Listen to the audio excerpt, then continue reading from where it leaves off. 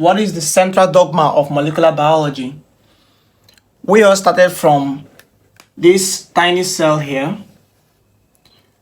We all started like this. This is the egg cell and the sperm cell. So we all started like this. And these two, fission of their nucleus, would give a zygote. So we all started from this small cell, and this little cell developed into the full human being that we are today. Now, how does that happen? That is where the central dogma of molecular biology comes in. So the central dogma of molecular biology is this. DNA into RNA into protein. So DNA is transcribed into RNA. So here we have transcription.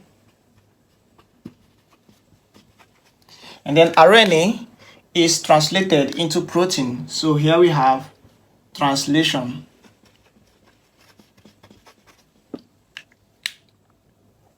All of the information that our body needs to grow and perform functions are stored in the DNA.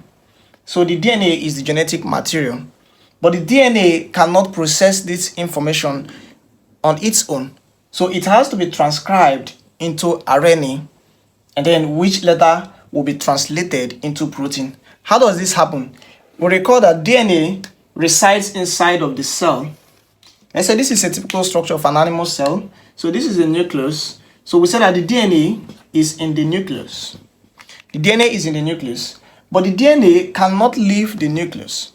So if the DNA left the nucleus, it will be degraded immediately, to be terminated. So DNA has to send a messenger. Remember, proteins are made in the ribosomes, and the ribosomes are found in the cytoplasm, which is outside of the nucleus. So how do DNA come out of the nucleus to go to the ribosome to make proteins? That is what the central dogma of molecular biology is talking about. So DNA will have to be transcribed into RNA. And this is how transcription happens. Let's say we have two strands of DNA molecule here. You say in no order A, T, K, C, G. Okay, here we have the complementary strands. A will always bind to T. Okay.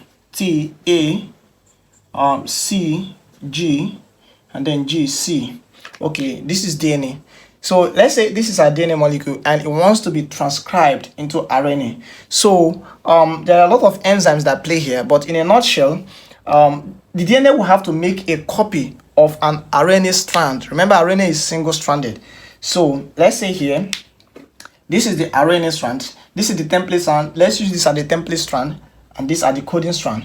So here, it will build a copy of the RNA here. So let's say this is the RNA molecule. So we are having A here, and A will always bind to T. But in RNA, we don't have a T. So what we have is U in place of T. That's uracil. And T will always bind to A, okay, C to G, and G to C. So when I have a copy, an RNA molecule, now this RNA molecule here, now we have U, A, G, C. Now this RNA molecule, we then leave the nucleus. We move to the ribosomes where proteins are made. So in a nutshell, we say that DNA is transcribed into RNA as messenger RNA specifically.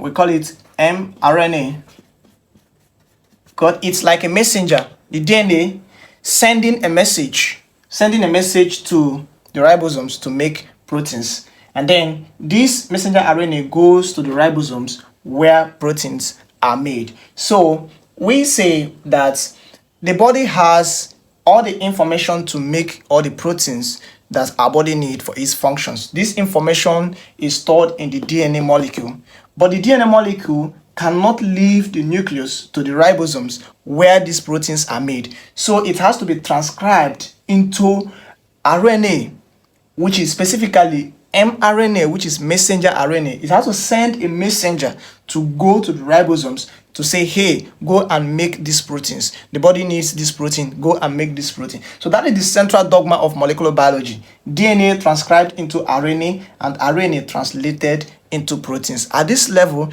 this is what we need to know. At this basic level, there are a lot of processes that are involved here that cannot be explained in a short video like this. But at this point, this is what we have to know for now. So stay with us. Let's take a selfie.